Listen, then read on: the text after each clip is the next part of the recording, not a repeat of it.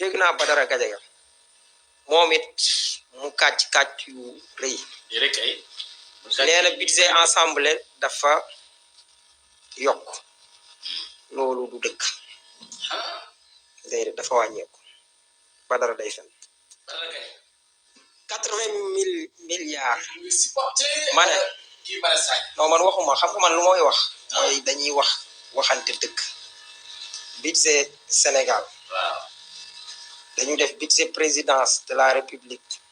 ñaata li nga xam ne dafa nekkoon 80 milliards de francs CFA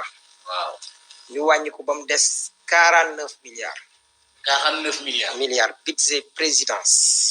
jàppal foofu primature nekkoon 25 milliards ñu wàññi ko ba mu des 11 milliards 11 milliards assemblée 20 milliards la woon ñu wàññi ci benn milliard mu nekk 19 kon Badara da ngay fen budget assemblée nationale 20 milliards la woon 20 milliards ñu wàññi ci benn budget primature 25 milliards la woon Macky Sall la woon non budget man waxuma Macky Sall wala li yegg waa dama ne la budget 2024 ak 2023 ak yooyu noonu budget boobu bi ñuy ñëw liñ fi fekk budget présidence c'était 80 milliards leer na wala leeru 80 milliards nga wàññi ko ba mu des 49 milliards maanaam nga teggi 31 milliards la leer na 31 milliards lañ ci dindi présidence nga ñëw fekk primature moom lim wàññeeku mu day gën a 60% xanaa moo gën a dee 25 milliards la woon ñu dindi 14 yi mu des 11 kenn du dindi